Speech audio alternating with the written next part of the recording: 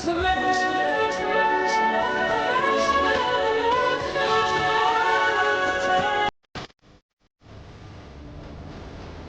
and welcome to another edition of SuperCoach Edge. Well, we're at that stage of the season yet again. Our trades might be dwindling, so too our overall ranks in some cases, and our luck in head-to-head league matchups feels like, well, for lack of a better phrase, like complete bullshit. But there's reason enough to smile. It's time for DPP Changes Mark 2.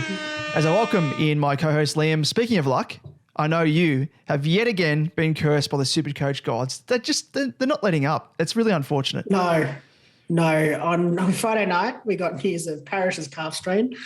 So I've had him in for a total of 2 weeks. Two scores, one of which was that 50, 60 odd, and the other one was 100 and something, which was nice. But yeah, apparently it's different. It's a calf strain this time, not a corked calf that kept him out for 2 rounds. It's different, apparently. I don't know. Not linked at all. Not linked. No, not linked at all. Not linked at all. And now I also have Toby Nankervis's PCL and Clary Oliver's broken thumb to consider. Jeez, you got the trifecta there. Absolutely. You got to go to the cashier and cash that ticket in. Bloody get a refund. That's what you get. Yeah, please. You've been absolutely like shortchanged by the SuperCoach guys this season. Honestly, it's like, you know, you have people like myself who, like I've said through the year, that I've had some bad luck. So there's bad luck, but then there's your overall season. Like I've never come across anyone with as much bad luck as you. So I'm expecting going into next year, you're going to be owed that much good luck. You're going to be the runaway overall winner because you've just been dealt like the worst hand. Like in poker, I'm not a poker player, but whatever the worst hand is, that's what you've been dealt. It's you've been very, very shortchanged. Yeah. So on that, I thought, glutton for punishment that I am. Let's have a look back at the trades I've made. And how many trades I've used this season on injuries alone, just the injuries. This is depressing. And that was 12. 12 in trades, trading out players who were injured. And on top of that, I also went back further. I've had 8 players who I've held through injury, including 3 primos that I've held through multiple weeks of injury for injury or illness, which were Hewitt for 2 weeks, Ridley for 2 weeks, and Parrish for 3 weeks. And now I'll have Oliver, Nank, and Parrish to deal with. And I only have 2 trades left. So that's the numbers are not adding up. You're about to just, wander out into the street, curbside, put a hat in front of you and just start dancing for extra trades or something. I will drop pants for trades or one of those things. You'll be holding a sign. Krusty, are you making any money? Nah, that guy's giving it away for free. Old grey mare, she ain't what she used to be. Ain't what she used to be. Ain't what she used to be. I know a lot of people have had a lot of trouble with, especially in rucks, but the fact that you've had to hold those players as well, and now you're in that conundrum where you've got to either hold Parrish or hold Nank and get rid of the other. And your depth's being tested as well with Oliver, like you mentioned. It's just it's terrible. Just everything at once. Yeah, everything all at once. So fortunes have to change. Honestly. Hopefully, I'm okay with bad luck this year if next year's a clean run, as you said. Let's hope that, just get it all out now. Get it all out of the way now. Yeah, might as well. The season's that far gone. Just get out of the way now. But apart from new DPP changes, there's also another reason to get up and about this episode, as we'll be joined by a very special guest in the bloke. He's a smooth operator, absolutely smooth operator, and it is SuperCoach DR. Love his work on YouTube, and I'm very much looking forward to having him on this episode. So it's a big episode, so let's get into it with the good, the bad, and the ugly.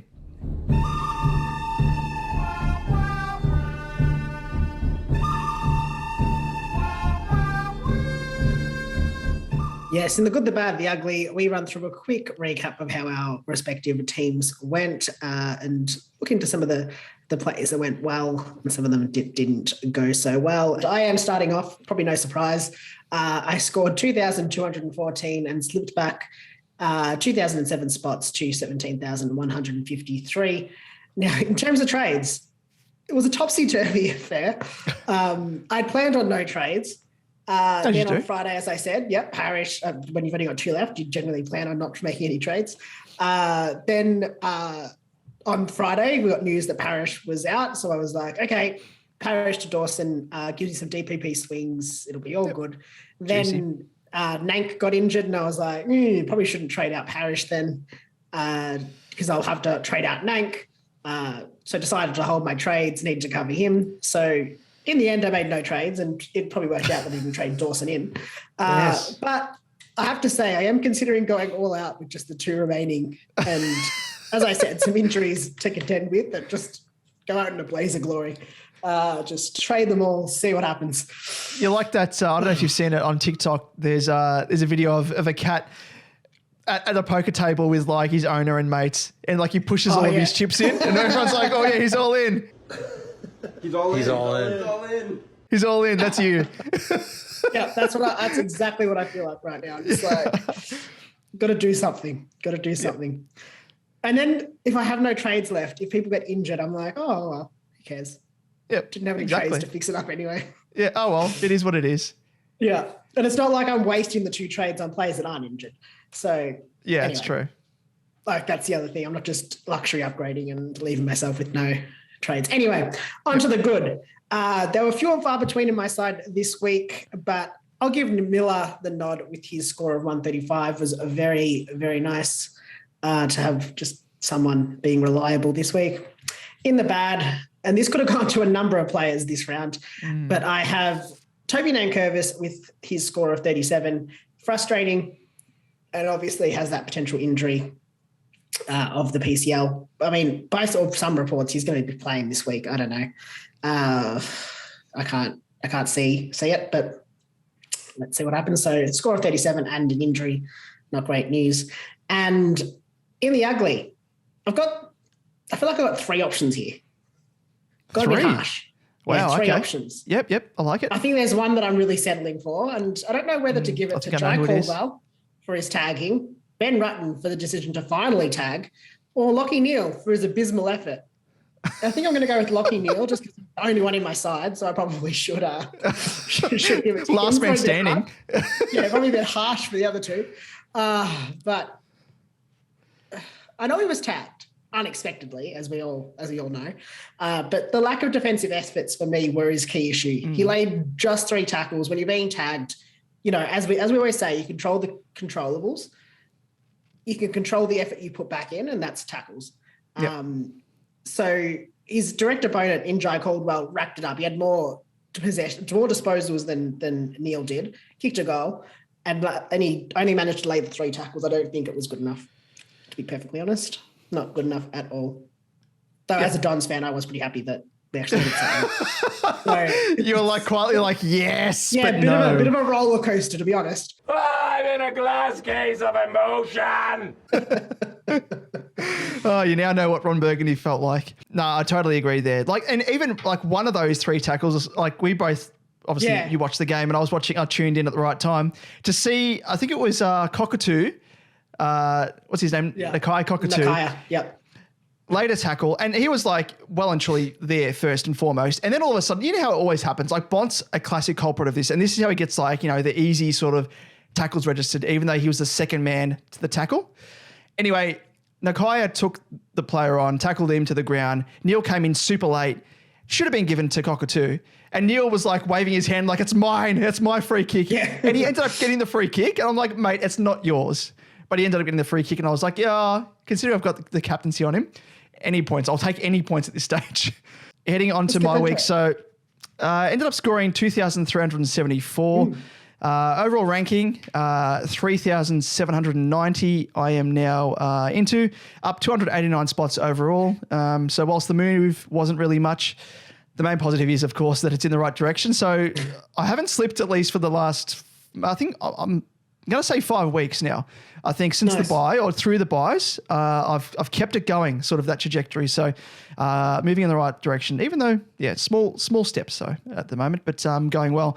In terms of the trades, it was just a classic case of hard, because I've only got 3. I've only got 3 remaining, so I can't go. Only, 3 sounds good. It sounds like you want to do a little bit of a side deal. Do a swap? Yeah. All right. How much you got? How much cash you got in the cap? I'll give you Neale, and you can give me the next trade. I've already got a Neale, and I don't think I need another Neale at this stage, considering what I'm about to say about him in my ugly. We'll get to that shortly. But in terms of the good, Brayshaw is in there with his 132 after finally, I've been waiting for so long for him to hit his scoring heights, and he finally did so because I recruited him way back in round 9, and to his credit, he's been pretty consistent, but his ceiling has been lacking. But of recent times, he has scored 135, 134, and 132. In fact, in 3 of the past 4 weeks. So absolutely brilliant return there from Brayshaw, and a bit of a smoky for the Brownlow at this stage as well. So keep an eye on him going very, very well. In terms of the bad, I'm going to pinpoint a couple here. I could have actually put another one of these guys in the ugly because I am getting sick of mentioning their names, but we'll group them all in here. So Crisp is the first one, becoming an absolute liability at this stage of the year, alongside Cripper, the Halley Cripter. Not good enough. Again, struggled. And the man who has found himself in this category over the past few weeks, in short, he came good for once. So he does earn a reprieve, but probably shouldn't have mentioned his name there because he is off scot-free for this week. But must mention, his clanger fest continues. Just clean up your disposal, mate. Stop rushing your kicks. Be a bit more Scott Pendlebury, time and space, that sort of thing. And your scores will skyrocket. So see how we go. But moving on to the ugly. And this is a juicy ugly because, well, it's no surprise. But I'm going to deliver a big barb here. Neale, you absolute useless hobbit. I'm about to drag you to Mordor and throw you into the bubbling volcano along with the ring. Because at the moment you are not my precious. You're not returning the dividends that we want, especially as captain. Not good enough, mate. Like, honestly, I know it's probably a bit too harsh. I'm sorry, Neale. Please forgive me. But fancy not only getting tagged, but also being outplayed by Caldwell. Like, Caldwell's a good player in his own right, but I didn't think he was much of a tagger.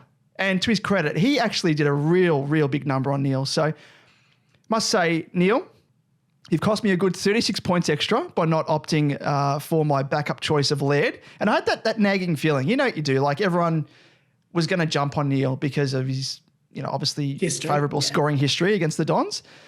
And part of me was saying, don't do it, put it on Laird. And the other half was saying, if you be stupid and you put it on Laird, you're going to miss out on a massive score, much like Oliver did the previous week against Adelaide. So, yeah, I mean, I probably was hedging my bets because a lot of the head-to-head opponents had Neale as captain, except for those that were sneaky and put it on Laird last second. But thankfully, I still came through with a win. But, yeah, it's just one of those things. So, Neale, not good enough, mate. But anyway, let's move on to our head-to-head, and it's becoming a little bit irrelevant at this stage, I think. And I'm gonna say more so because of the SuperCoach guys. They've ruined it for us. Our head-to-head matchup this season, they've absolutely smashed it.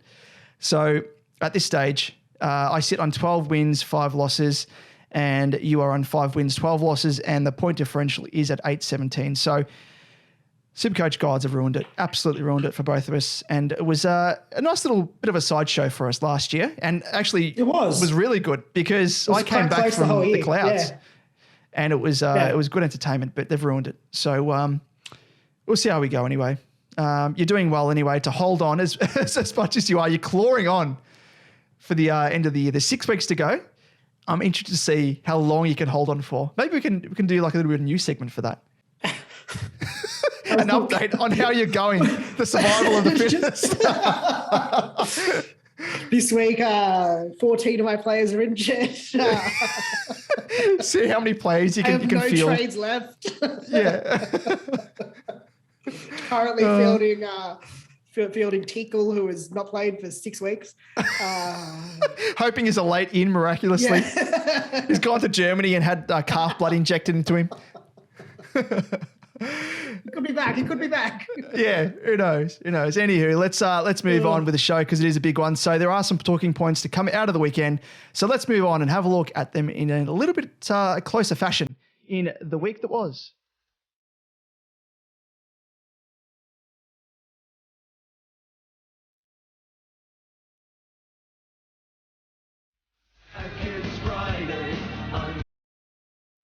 In the week that was, we keep you up to date on the key talking points of the round. Yes, and the biggest talking point for the competition, just the whole competition, came in the form of a crazy decision by the Essendon's coaching staff to play a tagging role on Lachie Neale, limiting his scoring and ruining many a SuperCoach's weekend. I can't say it ruined my weekend. It's Deflated? Deflated? Yeah, it deflated my weekend. I mean, it's hard when it's like against your team. So like it had the upside, I guess, in a sense. I mean, I would have loved Lachie Neale to have scored like 150, but then Essendon win. Yeah. So like that would have been best of both worlds. Yeah, the best of both worlds. You know what? You know what this is doing? I've just realised, like, what the SuperCoach gods are doing. You know, you got to try and think of the positives out of the negatives. And it's hard in your case, I know, but I think they're helping build monk-like resilience and patience. And you could have easily have thrown in the towel like weeks ago and been like, stuff this, flip tables, you know, the old GIF. But to your credit, you've kept going on, and you've just I'm very close. You're just like running through brick walls and whatever obstacles that they're throwing your way. So you're doing well. I'm going to use my 2 trades this week. Just don't be done.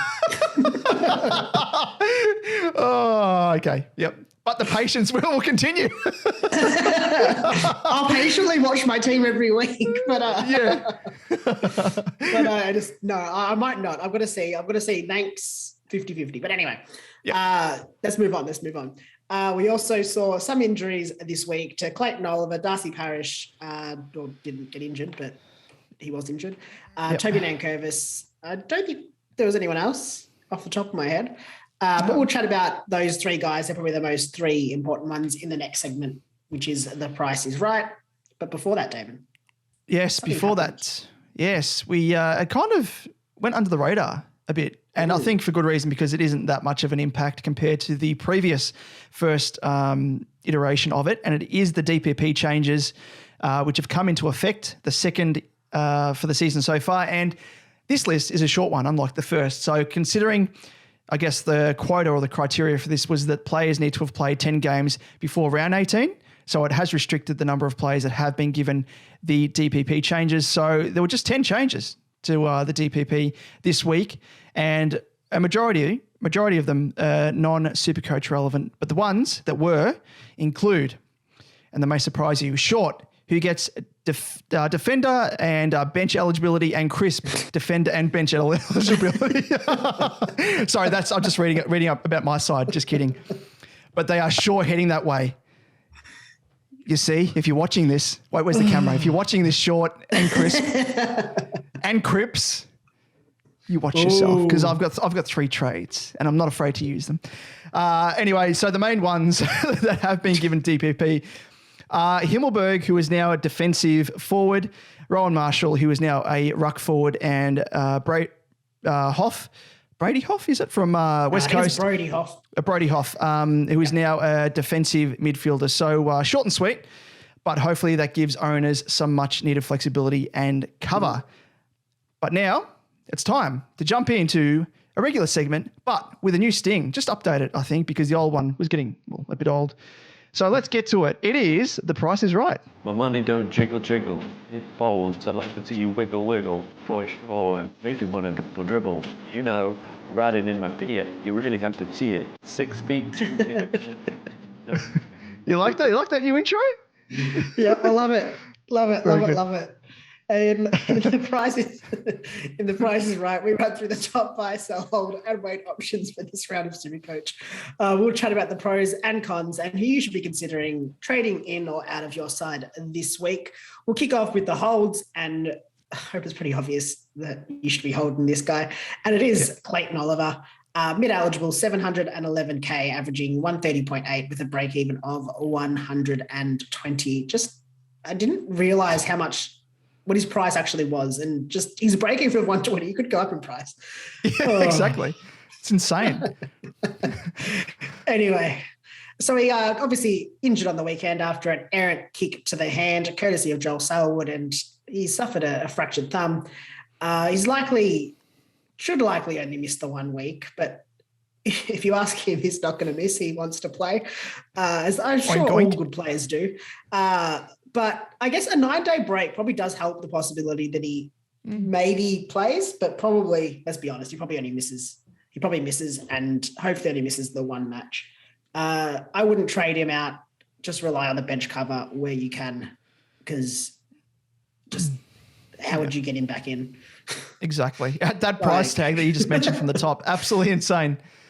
It's like, I know there'll be people out there who'll be like, oh my God, I'm going to trade him in. I'm going to downgrade him to a Toronto and net like 300K. Yeah. Or whatever, and then put it towards something else. But then like, how are you going to get it back in? So yeah, don't be silly.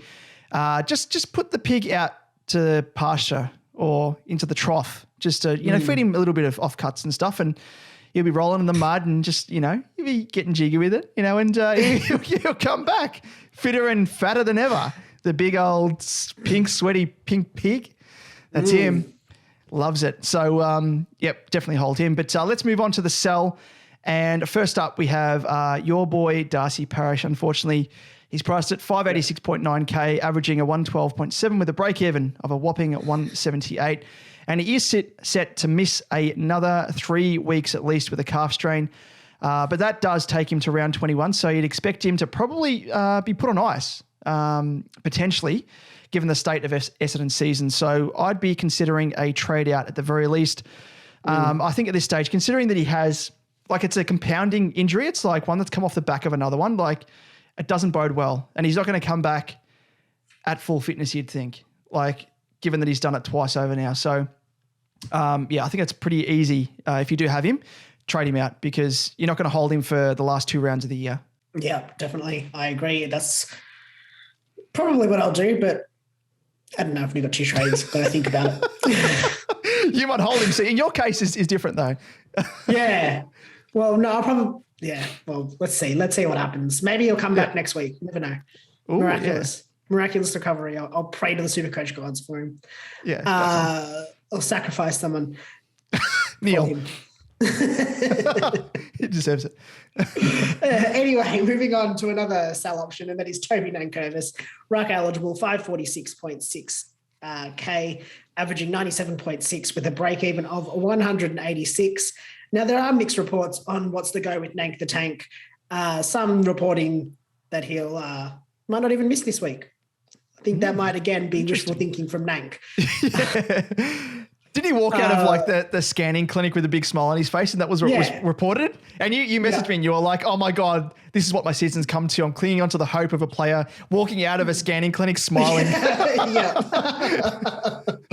It sums it up. So maybe he plays. I don't know. Yeah. Just obviously watch for teams to be named. Thankfully, the first game of the round is on Friday night and he plays on the Saturday. So we're not going to get an extended bench. So we should have a much better idea before the weekend. As a ruck, though, it's a bit awkward. If you obviously do have a Cameron, a Jackson, English, I don't know if you had, what's his name, but he's only just got his DPP status, Marshall. So probably doesn't really help you there. You can probably cover him for a few weeks, and that would be ideal. If not, as he sits in the ruck line where most don't have that cover, it's probably more beneficial to move him on. And the likes of Witts, Darcy, even Gawn present as the best value. I mean, you had to get a little bit of extra cash out for Gawn. But, yeah, I think those two are probably the best option for Toby Nankervis.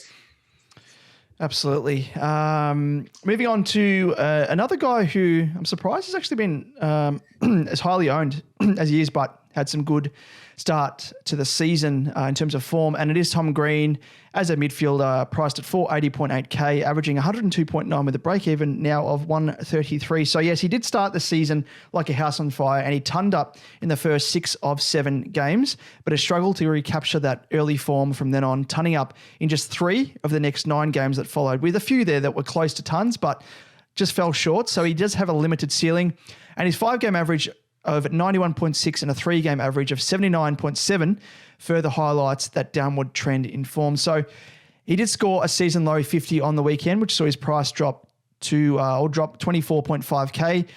and according to SuperCoach Gold, could drop a further 50K over the next 2 weeks in tough games against Brisbane and Carlton if his form doesn't improve. So he does present more so as a, I guess, luxury upgrade or sideways trade as an M8.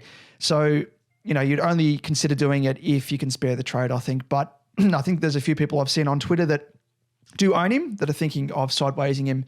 And he probably does fall into that same category, probably to more of an extent than a Cripps or a Short, because his downward trend is going down. And there's Hopper as well, who's coming back. He came back through the seconds for the Giants as well. So with him back into the team, plays a similar style of game, could, I guess, leach points off Green or potentially midfield time as well. So keep that in mind with Tom Green.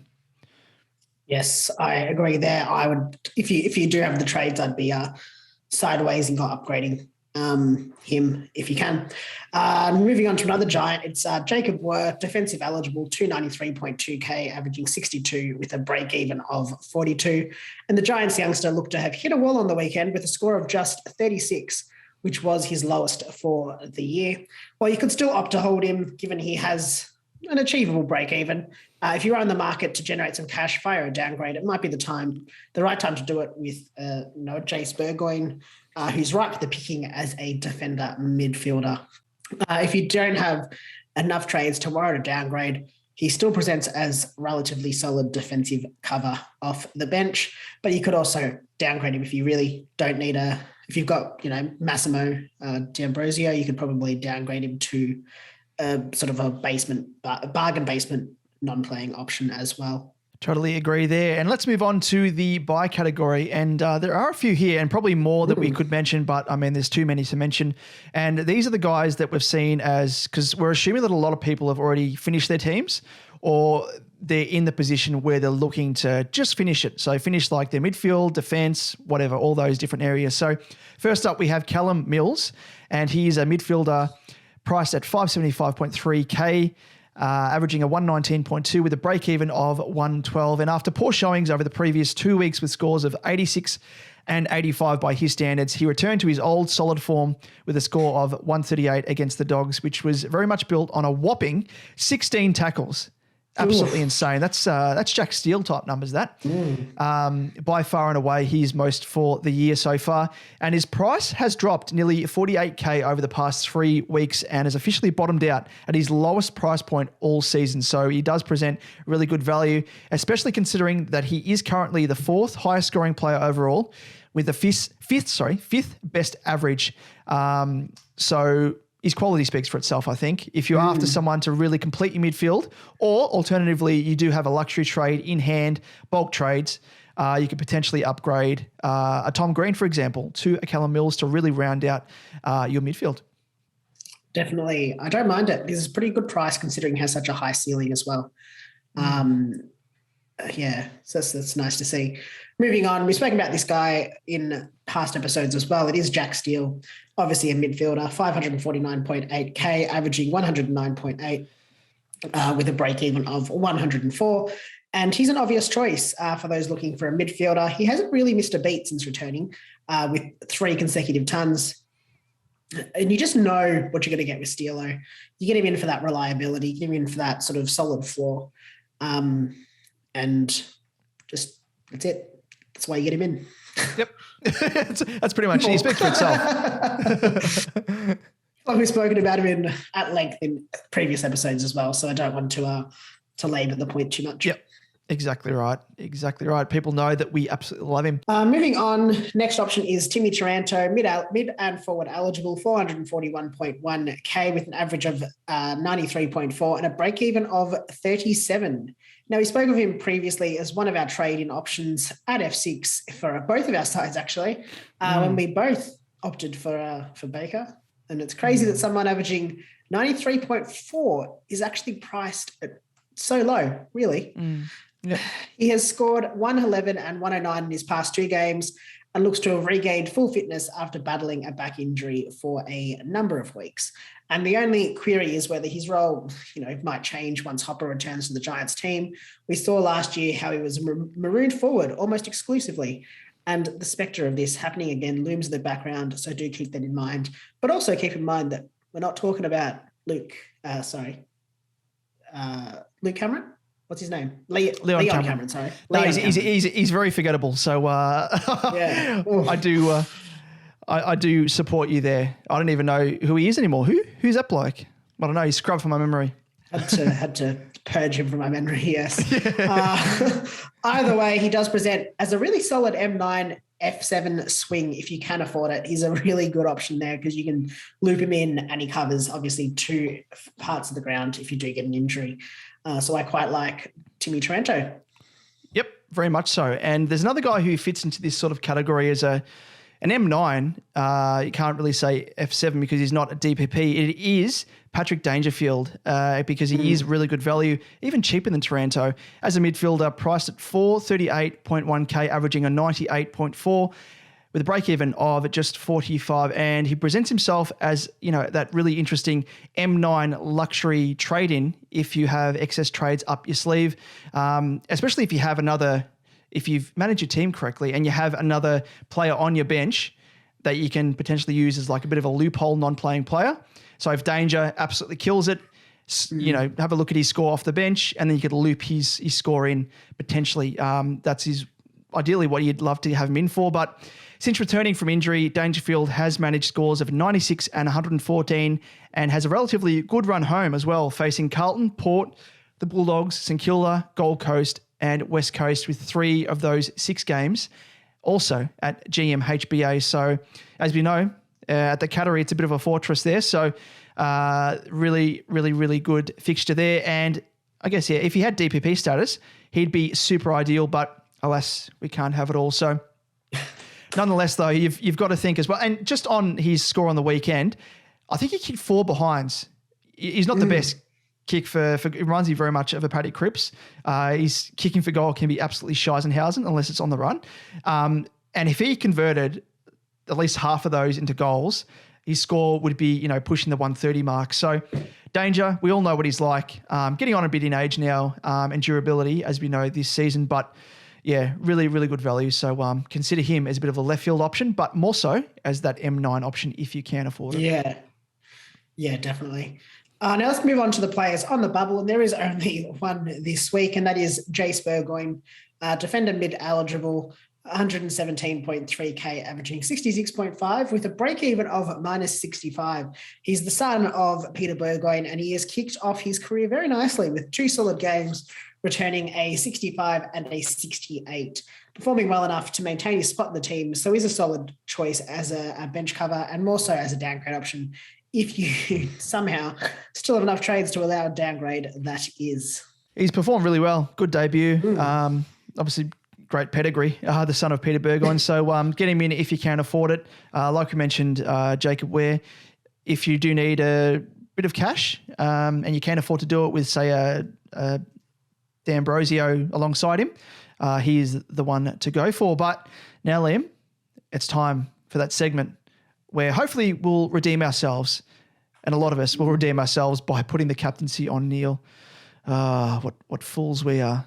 We'll reconsider because there are other options, and the segment is called, Liam, I'm the Capitan. Now. Look at me.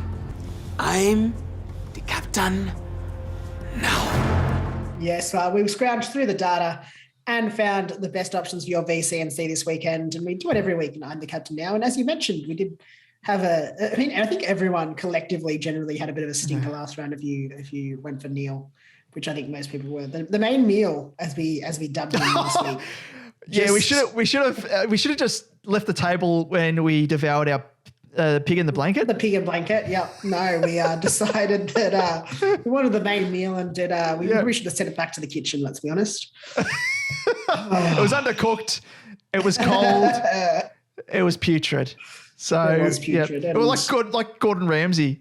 What are you? An idiot sandwich. That's Neale. That's what we're saying to Neale. What are you? An idiot sandwich? Yes, that's how it felt.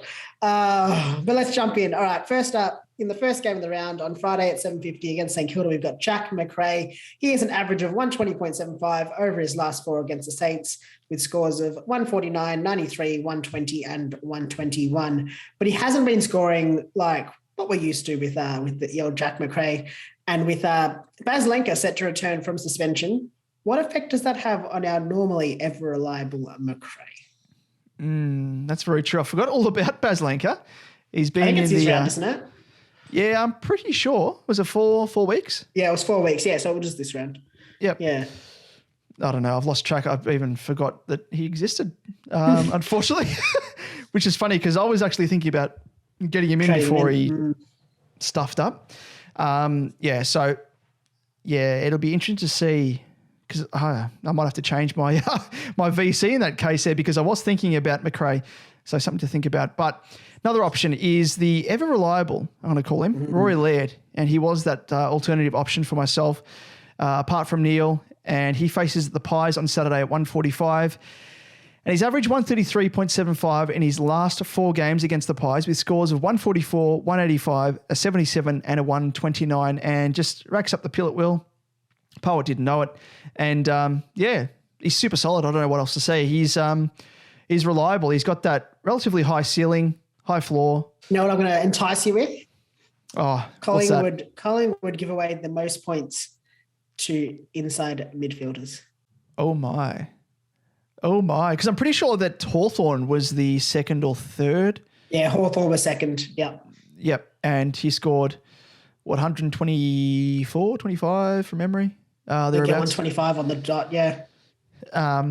So, wow. If you can score around that,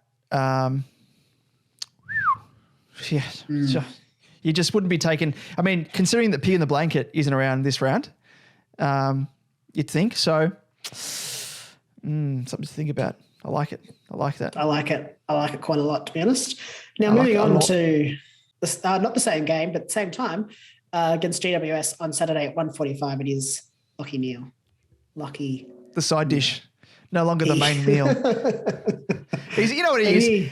He is like the guy at the not the guy. He's the meal at an all you can eat. Not a Pizza Hut all you can eat, but like, you know, one of those dingy all you can eats that you can go there and they got different platters of food that's just been sitting there for hours on end. That's what he is. He's been downgraded to that. Yeah, I'm feeling that. He's like the side salad. Yeah, yes, the side salad. No one wants a side salad. You just want extra chips. Just get out of here. Parma, It's just got, a couple of pieces of tomato, a couple of shitty pieces of lettuce. Yeah, no dressing as well. So it's just like... No dressing, it's just, some grated carrot. Just rabbit food.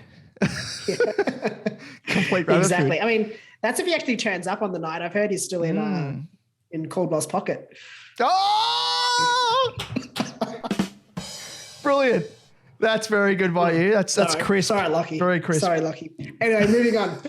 He has an average of 121.75 in his last 4 against the Giants with scores of 164, 87, 151 and 85. So he's on track for an 89, I want to say. Yeah, mixed bag. But that 164 did come from earlier this year. So he does have a good record, but I don't know. I feel like I'm in burnt and I don't want to, I can't take it straight away. Exactly. Can't go back. That's what we said about Neale against the Dons. Oh, he scored 193 or whatever it was earlier in the year. Oh, we'll get on him again. Surely like coaches now see the impact. And I don't know why it takes like 3/4 of the season for teams to work out to tag like the opposition's best midfielder or best player in this case, like in Brisbane's lineup. Because it happened with Darcy Parish virtually the same time last year where teams worked out, like, okay, we'll tag him. Then they worked out that he was susceptible. And then from then on, he was like tagged. And then just other teams have forgotten. They got like short-term memory loss or something. It's really weird. But yeah, I'm a bit cautious about the side salad for now. But let's move on to another option and probably more so left field, but in good form. Stephen Canilio, who faces Brisbane on Saturday at 1:45 p.m. And he's averaged 119.25 in his last 4 games against the Lions with scores of 85, 141, a 158 and a 93. So again, more of a pot option, but good form and could repay you if you show him the faith. So keep him in mind. I'm just looking quickly, while we're here, at the scores last week in the Essendon Brisbane game. And, I mean, Merritt scored 147, Caldwell scored 121. I'm looking just at sort of midfielders. Shield, 97. Like, there's a good chance that Cogs could go big, I reckon. But equally, you never know. Brisbane could come out absolutely breathing fire as well. Cogs is a bit of a risky option and plays second game of the round, so not too bad. But anyway, moving on, we got Sam Doherty against Geelong on Saturday night at 7:25 from your mob, obviously, averaging 107.25 in his last 4 against the Cats with scores of 122, 102, 121 and 84.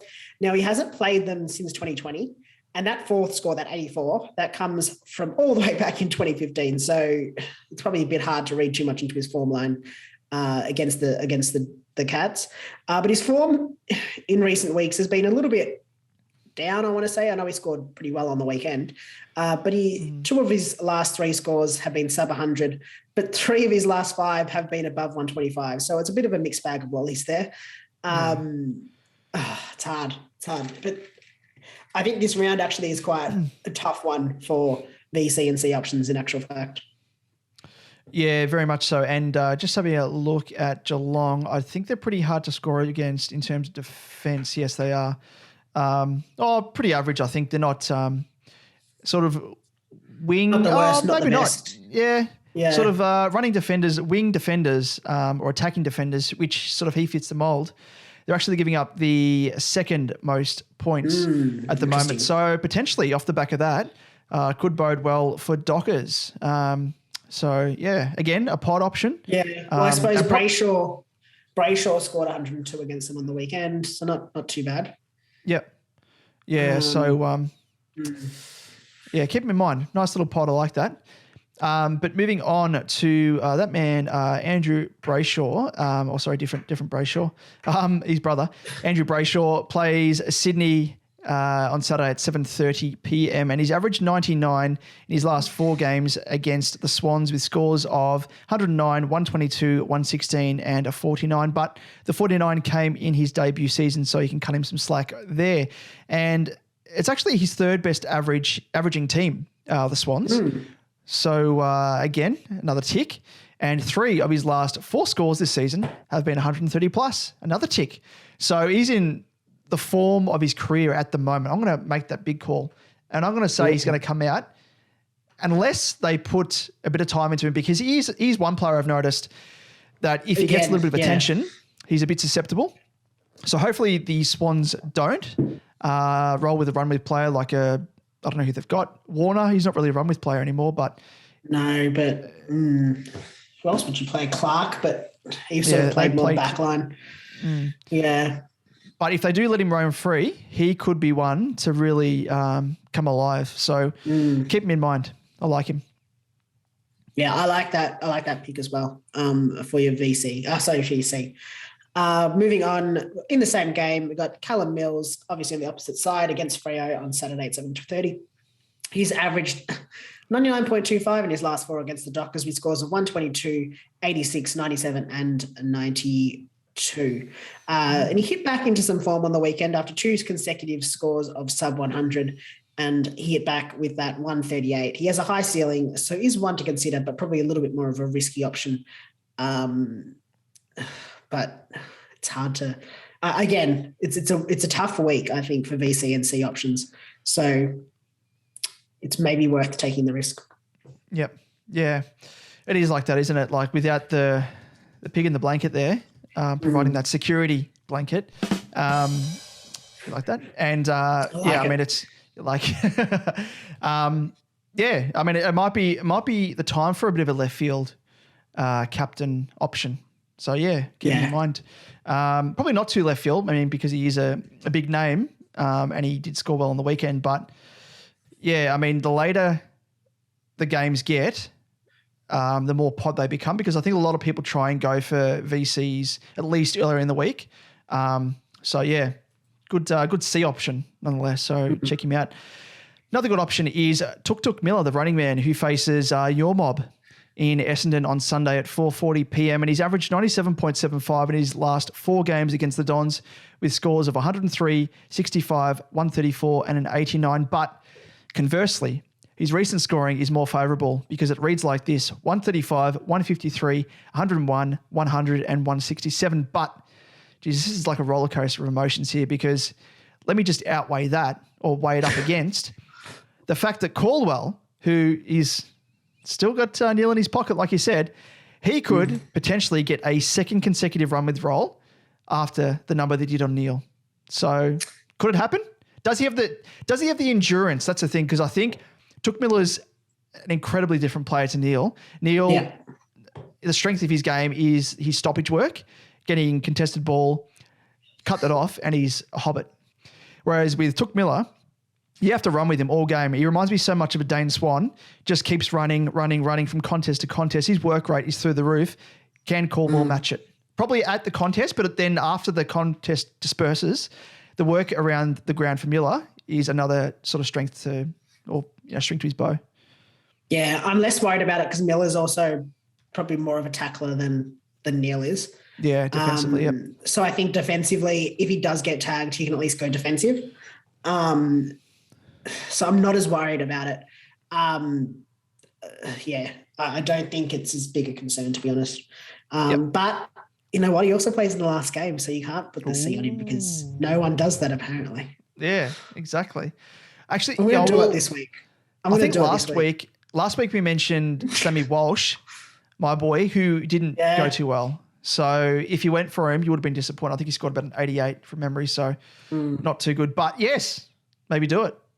Took Miller, like he was traditionally a tagger, so surely he knows. He's got the inside sort of knowledge on sort of the tactics that taggers use.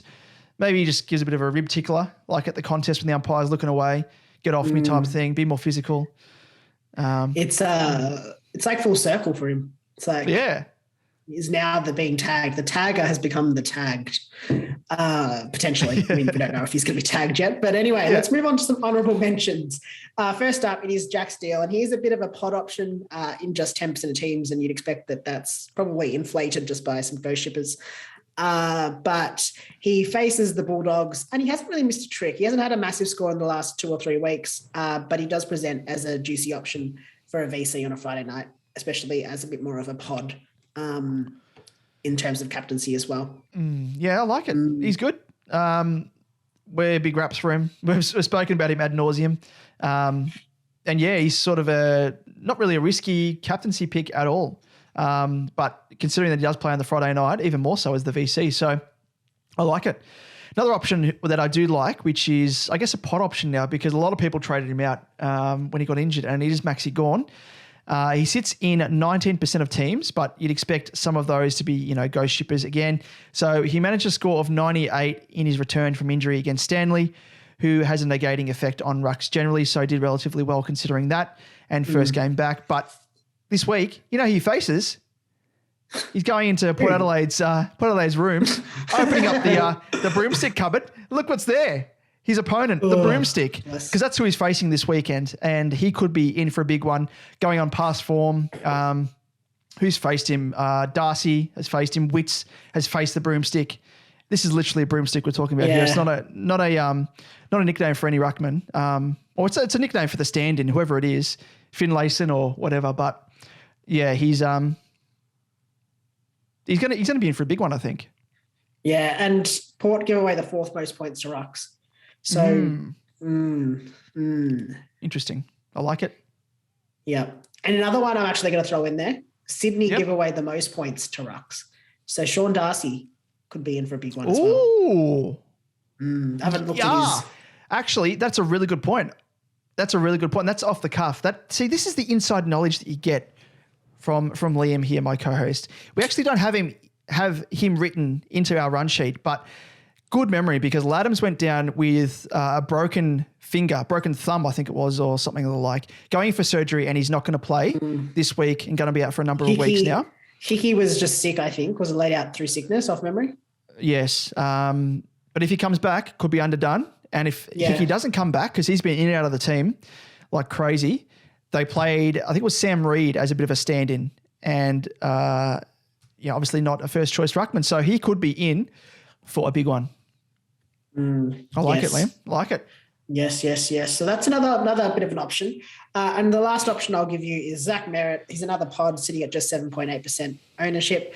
And he has absolutely rocketed his scores in his last 2 games, scoring 140 and 147. He's another nice option, albeit playing in the last game of the round. And we all know what that means. You're just not allowed to put the C on it. It doesn't work. No, it doesn't work. Doesn't work at all. All right. What are we doing? What are you doing? Do you know what you're doing? Yeah, yep. Laird VC or Laird? Laird VC. And it just depends if I make some trades or not. If I make some trades, it might change, but probably Miller as my C. I'm going to go with the last game of the round. I'm going to take the risk. I like it. I actually like that. Good one. He's got a relatively high floor, does Tuk. So at least you're kind of hedging your bets there. He's very similar in a sense to Laird with his scoring, high floor, high ceiling. So both of the guys, VC and C, I like it. For myself, I was initially thinking McRae into Laird, but you've reminded me that Baslenka may be back, which could impact him. So, it was going to be McRae into Laird, but I've written down here like an idiot Laird into Neale, but it's not going to happen. Because it's a case of, once bitten, twice shy. I wonder if the Giants... Brayshaw? Yeah, he'll factor in. I think at this stage, VC Laird, and then set the benchmark score, lock it in if he scores well enough. If he doesn't, I'm going to toss it up between, Brayshaw and the running man, Tuk Miller. What about Darcy as well? I'm just going to... keep throwing things at you. You're making it more complicated, Lamb. I'm sorry. No, but Darcy's another good one. But what about the broomstick? Yeah. Why don't you trade him on with one of your three trades? Yeah. Oh, yep. No, but probably yes. Laird into Brayshaw or Tuk. I like it, but that'll probably change. I like it. Probably change. But, I like it. Well, now, Liam, it is time to usher in our special guest, very, very special guest, who many of our listeners and viewers would already be familiar with as he joins us in a nice bit of SuperCoach DPP crossover, you might say, which we figure is probably an appropriate time considering the second round of DPP announcements. So it's one of the smoothest operators, I'm going to call him, in the land in SuperCoach with DR. Well, DR, thanks for joining us, mate. It's an absolute pleasure to have you on. And now I'm sure many would already be familiar with the fine work that you do on your YouTube channel and, of course, on Twitter for the SuperCoach community in general. But for those in the minority who aren't familiar with your work, how long have you been playing SuperCoach for? And give a nice little plug as well for your channel whilst you're at it. You, as I've said before, mate, you're absolutely too kind. But thanks very much for having me on first, fellas. I've been really looking forward to having a chat with you blokes, and obviously love your content each week. It's a weekly ritual for me, tuning in and listening to all the banter and the opinions and good fun. So thanks for having me on firstly, guys. But look, I've been playing, I'm pretty sure since the first or second year. I was back in uni doing my teaching degree, and very quickly I just got absolutely addicted to the game, and started off sort of in the SuperCoach Tour community, got to know a few people there. They really started to help me out. And then sort of in the last 3 years, I got encouraged to maybe put a bit of content out myself, a little bit nerve-wracking at the start. You think, geez, if I can get 10 views, maybe I'll go all right here. But channel grew pretty quickly, which is really great. Made a really good community now full of great people. And obviously do the weekly round reviews as well as the stock market each week. We go through all the break evens, the best trade in, trade outs, but don't always follow my advice. I've absolutely butchered some picks this year. So sometimes you win, sometimes you lose. But exactly. That's a bit of a very short and quick background of my experience, mate, anyway. How's season 2022 gone? Are you tracking overall in terms of your team? Overall in terms of overall, and how's your team shaping up structurally, ranking wise? And if you want to share how many trades you have remaining. More than happy, mate. Well, look, it's I finished in the top 200 last year, so that was a pretty decent finish. This year, currently at 2,090 something, I think. So I lost about 50 spots this week. The big fella, the big Nank. I know you share my pain, unfortunately, mate. Oh, I tell you what, that one hurt this week. But look, the team overall isn't tracking too bad, but I feel like I'm missing a couple of must-haves. So the first one's Rory Laird. He's been smashing me in the midfield. And the other one's Jordan Dawson down back. I can't watch Adelaide games at the moment. I just can't do it because it's so painful. It's like a dagger to my heart. At least last week, Laird got what was a 120 odd, Dawson only 80 odd. So the pain was eased a little bit last week, but they've been killing me. But look, a couple of blokes I was worried about, like Zeret, he's all of a sudden pulled one out after a couple of, an 80 and a 90, which has really been nice. And I think we're unlucky is I've got some decent cover. So I've got Paddy McCartan at swinging between my defence and my forward for cover, along with Wade Dirksen. So that was a bit of a strategic move that I made around the buys. I thought I'm going to keep on to McCartan just in case there's carnage. And he's one of those really reliable picks. If you look at all the rookies, apart from some maybe like a Dacos who's been bloody terrific all season. I think he's probably the next bloke in line that provides you the best cover. And given the fact I can do it on a couple of lines, I feel a little bit safer there. I've got the 5 trades remaining in the bank with about 20K. So Nank I'll probably have to fix this week. And then I've got 4 more, and I'm just keeping them for injuries, I think, at this stage, mate. But look, tracking all right. If I can make the top 1K somehow, fingers crossed, not too sure how, but if I can, I think that'll be a pretty good achievement.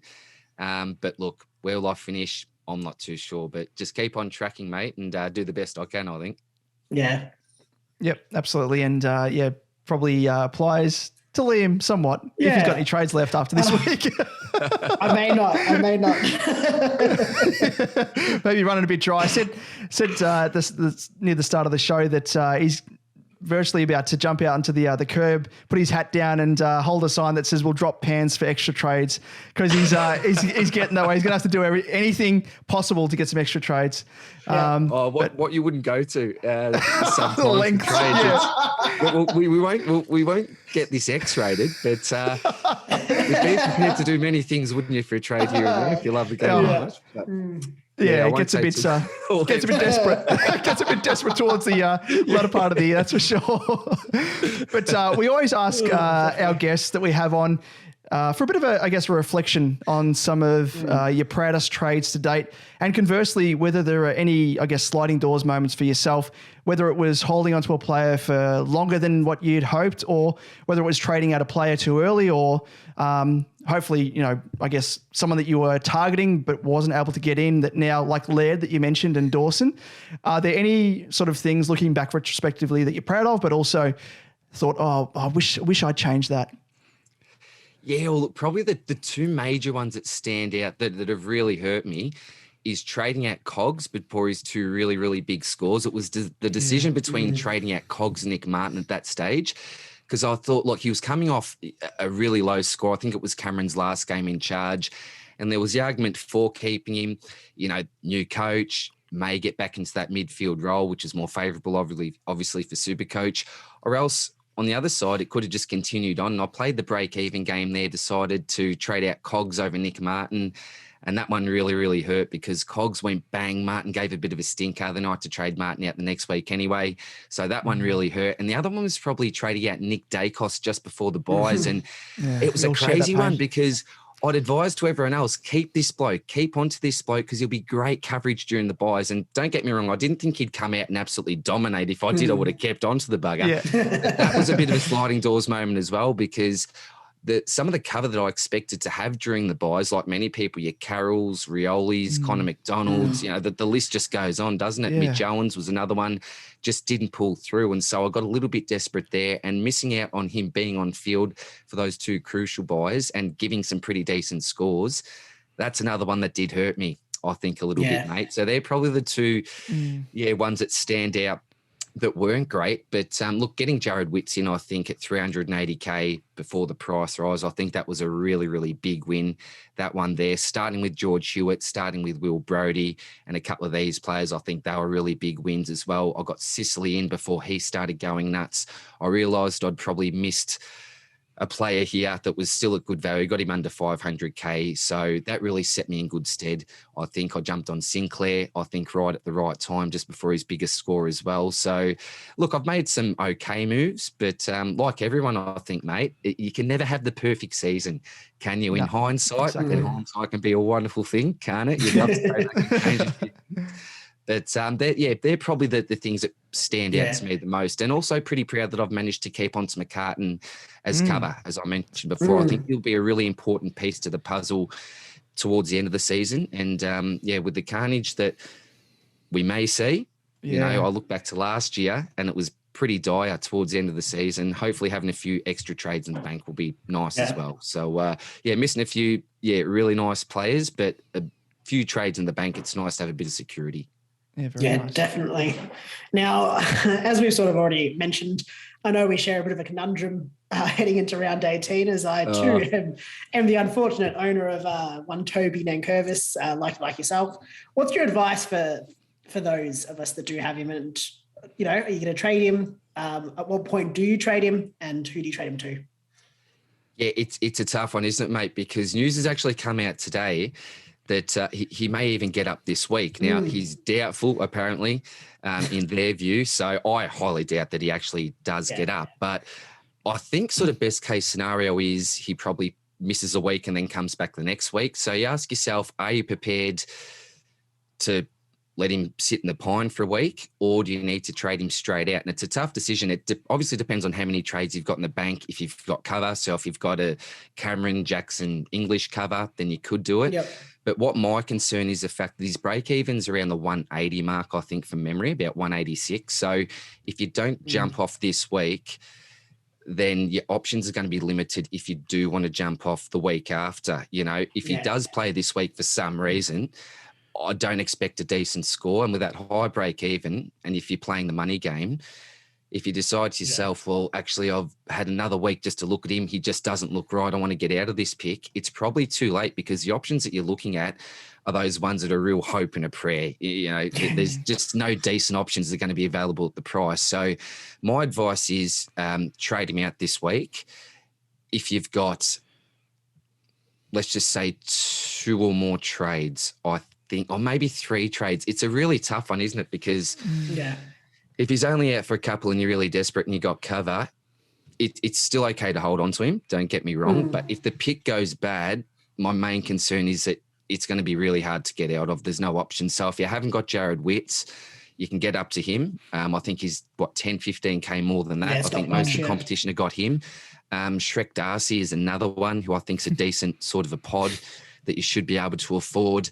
Goldie, I was considering, but after the 50 odd the week before last, it gets me thinking. But at the same time, I think Cherry's out for the season. I don't really rate Coleman Jones as the best ruckman going around, although I think he did start the first CBA last week, which is a little bit of a concern for Goldie owners. So my advice is, if you can, definitely get out of the pick. But if you're absolutely desperate, you maybe got 1 trade in the bank, then you may be forced just to hold on if you've got a little bit of cover. But I know Samson Ryan, that's coming in, well, if Nank doesn't get up from the VFL, he's got a couple of 100-plus fantasy scores in the last month, as well as an 80. So I think he's in decent form. So I think they can trust him, possibly even for just the 1 week to come into the side. So if I was Richmond, I wouldn't necessarily risk Nank this week, because he's going to be an important part to their puzzle, hopefully, if they play finals this year, the big boys. So, if you can trade, but if you got to hold, you got to hold, I suppose. Yeah. Yep. I think Liam's in that camp. Or just go for broke and just use all your trades. I think I'm just going to go, I'm probably just going to go for broke, to be honest. Yeah, exactly. Just all in. He's just pushing all the chips in. He's got all in. We said there's not many chips. Not many. The 2 chips left. He's going all in. Big spender. But I guess at this stage of the year, and you know, you spoke of it, you touched on it just before as well, just in terms of the value that you place on trades, because as you know, it happens every single year. As much as we try to deny it, it's inevitable that players are going to get injured, but also the spectre of COVID and your own mob in the Lions on the weekend, you saw firsthand what COVID can do to decimate a side. And it's just lucky that it didn't hit the likes of, a Lachie Neale, Jared Lyons, all those sort of guys. So how much, I guess, as a roundabout way, how much value do you place on trades at this time of year? Like, are you, or at what stage of the year, if you do have trades up your sleeve, are you thinking, I might be able to use a trade as a bit of a sideways luxury trade on, say, a short or a crisp or whatnot? And at what point are you thinking, no, I've got to sit on my trades? It's interesting you asked that, because I was having a big conversation with Spills on the weekend, and I was in this situation, this before Nank went down. So 5 trades in the bank, and I really am tempted to get out of someone like a Paddy Cripps or a Jaden Short or a Crisp. So they're the 3 blokes that are in my side at the moment that are a bit of a thorn to me, just not going too well, and blokes I would love to move on in an ideal scenario. So I was in the situation where I could have downgraded Greg Clark to a rookie and then upgraded Cripps to Rory Laird last week. I thought Laird playing Hawthorn, everything's looking likely for another massive score here. But then I thought to myself, well, that will take me down to 3 trades. What do we got? 6 rounds left in the season. I think it is now. This was right at the start of the round, obviously. I didn't know if I was going to cop an injury, and I did, obviously, with Nank. And I thought to myself, I'm just going to hold off. As tempting as it is to get those on-field points now, how shattered would I be if I did waste those 2 trades, then I cop 3 injuries in really quick succession? I'm forced to trade out some of these, just say if they're uber elite type picks and medium to long-term injuries, left with no trades. How would I be feeling then? So I need to weigh up the on-field points now versus some possible carnage later on in the season. And I think that I can get a bit of an advantage if I can hold on to a couple of trades up my sleeve, maybe even with 2 weeks to go. By then, I assume that most teams that are, a decent rank, let's just say the top 5K, are most likely out of trades by then. That would be my guess anyway, just sort of sniffing around Twitter, looking at teams, how many have you got left? Unless you're in an absolute ideal situation or scenario, I don't think that there'll be many top-ranked teams that will have trades at that stage. So my sort of plan is, or my hope is, that if I can keep on to a couple, even for the last 2 weeks, I could even have a couple of 100 points advantage here if a couple of these top-ranked teams have to cop a donut or 2, if there's absolute carnage, players getting rested. We just don't know what's going to happen. And you look at lessons learnt. My lessons learnt last year was to make sure I leave myself with a decent bank of trades, because I had so many players go out, from Dusty to Langford to, I can't even remember. I've put the bad memories aside, Repressed memories, yeah. Nightmares. So I don't want to think about it, mate. You're taking me back to a dark, dark place here. But yeah, that's sort of my philosophy, mate. I'm always a bit of a safer type player, and sometimes that works out well and sometimes it doesn't. If you hold on to a player too long, or a rookie too long, you're just bleeding, looking for, every dollar that you can make. Other players that jump the gun before you and take a more sort of proactive approach at times can actually get a bit of an advantage. But for me, like based on previous sort of seasons, the safer approach has worked a little bit better, I think. But again, just my philosophy. And who knows where I'll finish this season. We'll just have to see. But hoping to get a bit of an advantage by keeping some trades in the bank. And my advice would be, I think you're safe enough if you've got possibly 3 trades left, maybe with 6 rounds, because that's an injury trade every 2 rounds. So I think you're sort of safe there. But if you're in that situation, I wouldn't be luxury trading yet. I'd be waiting for at least 2-3 weeks to go and maybe look to do it then. But look, the SuperCoach gods could be kind. You couldn't cop any injuries, and then you're kicking yourself and going, well, why didn't I go earlier? But I suppose it's, that insurance type scenario. I'd look at it as insurance. That's the best way that I could, I suppose, describe it, mate. Yeah. Awesome. No worries. Well, Liam, you've got another question. Yeah, just a last one, I guess. For those that, I guess, some people have finished their sides, what advice would you give them? Is it focusing more on sort of your F7, M9, D7 players? Is it looking for DPP? What would you sort of be looking at there? Well, I think DPP is absolute king. Absolute king. I'm pretty lucky, and it's all about your planning. But I've got Rioli as a midfield in my midfield, and most of my premium forwards, I think, have all got DPP status. So that's a really easy switch there. And I've also got Paddy McCartan as that piece as well. So going from defence to forward as well. In saying that, I've got D'Ambrosio who has been good cover. I'm not sure if he's going to be out this week. You're an Essendon man. Lee, how's he looking, mate? You know, was it a corky? Was it? Apparently a bad corky, but a corky, yes. Corky. He did come back on, so hopefully it was just sort of being more cautious after Parish. Parish, yeah.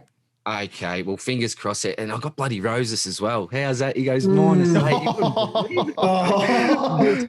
He was another one that was missing during the buys for, I think he was health and safety protocol. Yeah. Thought, hey, it may have been a godsend now. May have actually lost me points during the buys, but having Roses on. Who knows? Maybe that was a bullet dodged, him having COVID, the poor bugger. But look, in regards to, do you focus on, you know, I suppose that cover, those loops. Ideally, if you've got someone, I know a couple of people went like JD went like a Jake Stringer a couple of weeks ago as that cover type pick. If you've got someone like a Dacos, that's absolutely ideal. But I'd just probably leave those trades in the bank. So rather than waste those trades on a cover pick, I'd probably just leave them in the bank. And then if you've got a premium injury, just maybe use that trade for that premium and hope that you don't cop too many others. So it's great to have cover. But ideally, hopefully you've already planned to have particular cover like a McCartan, whoever you can afford to keep on to. So ideally you should have planned for that. And I'd be focusing more on trying to improve your on-field side and trade out a premium rather than sort of muck around too much with a cover type pick. But if you do have a few trades in the bank and you're able to do it, I think it's a great idea if you've got that luxury. I think it's fantastic if you can. But I'd prioritize holding him for those real uber elite type injuries. Because at the end of the day, if you've wasted a trade getting one of these sort of mid-price picks in that could cover, you get to your last couple of rounds, you've got no trades left and the Lachie Neale goes down. Well, instead of that cover coming on, you could just trade out Lachie Neale and get Laird, whoever you want. Again, just my philosophy. But that's probably the best advice I'd probably give on that one, I reckon, Liam. Yeah, no, nice. I like it. I like it a lot. Geez, you've as you were sort of rolling through your gems of wisdom there, I was just thinking in my own head, I'm like, because I'm always weighing up the factor like, do I want cover or obviously cover's good, but they don't give you points on field because they're on the bench. So it's like that's probably the best way to do it is like just hold the trades, and then if someone on field goes down, at least you just trade them straight to another primo instead of stuffing around with trying to find the cash to upgrade someone on your bench that's of equivalent worth and scoring value to the person on field who could go down with injury. So it's that balancing act, isn't it? Oh, it's always tough, isn't it, mate? It seems like whatever decision you make is going to be the wrong one. It's always the opposite. It's what the game does, isn't it? Yeah, exactly. You try and outsmart it, but it outsmarts you every time. Yeah, exactly, for sure. Mate, exactly. Awesome. Well, thank you so much for your time again, DR. You've been awesome, mate. So we can't thank you enough for coming on and gracing us with your presence. We're both big fans of the work that you do on your YouTube channel. So for those of you, again, tuning in, listening or viewing, go and check out his channel. SuperCoach with DR does some fabulous work there. So goes without saying, mate, we'd love to have you back, and all the best for the remainder of the year ahead. Oh, mate, thank you very much. And, mate, the invitation extends to come on the channel because I'd love to sit down with you blokes again very soon. I think this may even become a regular thing because, I've had a great time, guys. Good to have a laugh. And, as I said, love your content as well. Part of my weekly ritual, and that will continue for the rest of the year, mate. So thanks very much for having me on, guys. Really appreciate it. Thank you. Thanks, mate. Cheers. Thanks for the kind words. Thank you. Good on you, guys. Well, there we have it, Liam. That was SuperCoach with DR. Such an awesome bloke, isn't he? Yeah, great bloke. Great. Really, really good bloke. It was just fun chat. I really love that. It was. And there was a little gag. Actually, it was after I stopped recording, and he was making a gag about like sacrificing something to the gods in order for the gods to like respond favorably, because he hasn't been hit with any really bad injuries or anything like yourself. And he mentioned about the suggestion, and I hope this like isn't unraveling any secret that he's going to do, but he suggested potentially cooking up an English breakfast, like a big buffet English breakfast, and then like sacrificing that for like putting it out for the gods. Yeah. And them looking down favorably on him. I like that. I'm going to do that at the start of next year. I know we were joking about it. I was going to do it because I need to do it. But I think this year's too far gone for me. I'm going to do it next year. Yeah, exactly. Start the season off on the right foot. Tickets in the bank. Might as well. Yeah. Exactly. Alrighty, let's move on to. It's been a long episode, so thanks for sticking around as well. Hopefully you enjoyed that chat, but we are wrapping it up with, of course, the last segment of the episode, and it is group rankings and the SuperCoach Edge Cash League. So let's have a quick check out of. Oh, we like this, don't we? The SuperCoach Edge group rankings, and the highest scorer for round 17 was Matthew with his team. This is NFT with a score of 2,487 and a round rank of 262. So great round there for you, Matty.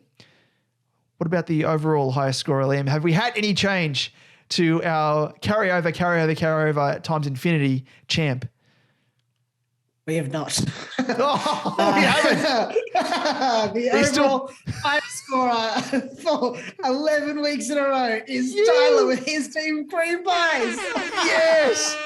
He's still there working feverishly away, baking those cream pies or whatever he's doing in the bakery there after hours. Bakery by day. What's he become by night? No one quite knows. No one quite knows. Like what an NFT is, no one quite knows what that is either. Very good, exactly. That sounds pretty good. I was like, what's it stand for? Non-fungible token. But what does it actually do? No, I've had people explain it to me and I still have no idea what it means. And like we're in the technical, like we're both, relatively technologically sound, but it makes no sense to me at all. Like we both collect select cards and stuff. It's tangible. It's a physical item that you hold in your hand. Coin collecting, stamp collecting, that sort of thing. NFTs, don't know if it's going to last long term. Good luck. Just don't understand. Anyway, let's move on. Total score there is 39,531 with an overall rank of 17. So he has moved down 5 spots. Now, Tyler's tail is Tyler from his team Shep Screamers. Oh, he's back. Who is gaining on him. He's only 76 points behind him and he is ranked 26th overall. And in third place, we've got John, who we haven't really spoken about. John, his team is Markle Sparkle. Love it. Nicely. Sitting 26 points off second. So he's 26 points behind Tyler with his team Shep Screamers. He's in third place and he is ranked 30th overall. So it's pretty tight at the top end. I don't think there's any guarantees that Tyler is going to take it out. Well, maybe Tyler will, but we don't know if Tyler from his Cream Pies is going to have to keep pushing hard to remain at the top. Yeah, pushing hard. And you could also say that Tyler of Shep Screamers could be gobbling up Tyler's cream pies in good time. We'll find out. It's going to be a sad day because they're not going to make any of these childish like gags from week to week if Tyler of Shep Screamers does overcome the cream pies. I reckon it's going to be a tight one. I reckon it's going to come down to the last couple of weeks. Yeah, it will be. It's going to be so it'll be interesting. Tight, very tight. Very tight, very tight. If you want to enter the SuperCoach Edge group, which it's still open, I guess, you can join anytime. We're going to let you. But if you come in at like number 1, we're going to know that it was that you've joined late. So, just keep that in mind. The code little asterisks. Yeah. 142059. And you know what? If you do come in late and you're number 1 already, you're going to ruin the gags and people are going to be disappointed. Yep. So unless your team name works in with cream pies. So we're going to say like the OG overall highest scorer is Tyler, but the new highest scorer is X. Are you checking something out? I'm just checking who number 1 is to see what their team name is. Number 1's team name is Prestia's Premiers. No, it doesn't really work too well. Yeah. No, okay. You can't join. Anyway, let's move on and we'll have a quick run through of the winners in the SuperCoach Edge Crown League for Tier 3 Patreons. And the winners for round 17 were Bruce with his team Shuin, Lyle with his team Lyle Styles, Peter with his team Tankman 77, Brett with his team Brett with his team Sharpshooters, and Scott Arthur with his team Black on White. eating too many cream pies by the sounds of it. Very nice, Liam. And in terms of socials, where can our listeners and viewers find us? Yes, on YouTube, search SuperCoach Edge, and don't forget to like and subscribe. On Twitter, you'll find us at @SuperCoach_Edge, Damon at DamoJ88, myself at Liam Evans_95, Facebook and Instagram, search SuperCoach Edge, and you will find us there. Very nice. Well, that is the end of the episode officially, and it has been a marathon episode, but for good reason, because we were joined by the great man himself, SuperCoach with DR. So hopefully you guys and girls out there did enjoy that chat. And also, I'm going to throw it open, throw the doors open. So if you have any recommendations, if you want to hear from any particular people out there, whether it be contributors to the SuperCoach community, much like him, anyone else, even high-ranking players as well, we will be trying to get on someone that's currently in the top 3 ranks at the moment. And if we get them in next week, I'm not going to ruin the surprise as to who it is, but this person is 70-odd points away from top spot. So he could be the outright first placeholder come next week, and he could be on the show next week. Otherwise, if not next week, the week after.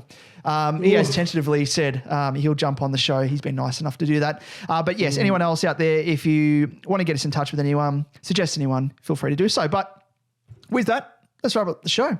So Liam, I don't know what else to say. DPP hasn't really saved us. There's no, I mean, Himmelberg's great. We've both got him, but we say it every week. We've got to pray to the SuperCoach gods, but will they spare us? Will they look kindly upon us? No, it doesn't work. So you know what we're going to do? You know what we're going to do, Liam? Flip the bird.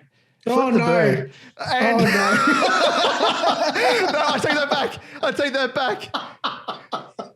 that back. It's a joke. It's a joke. For those of you listening to the podcast, I did not just flip the bird. And you may not go to YouTube and check out the. Did you hear rumbling in the sky? I'm hearing something happening. Oh no. I'm worried. Well, how about this? I'm doing that. You shouldn't be worried. I should be worried. What? Why should I not be worried? You're going to use both trades this week, aren't you? So it's fine. I could be a contender. I could have been a zombie. Oh, well, we'll see how we go. See how we fare. We'll check in next week, and hopefully the gods haven't smited both of us down for that. I'm sorry. I apologise. But very scared. Yep. We'll see you next week. All the best for the weekend ahead, and good luck. Thanks, guys. Good luck.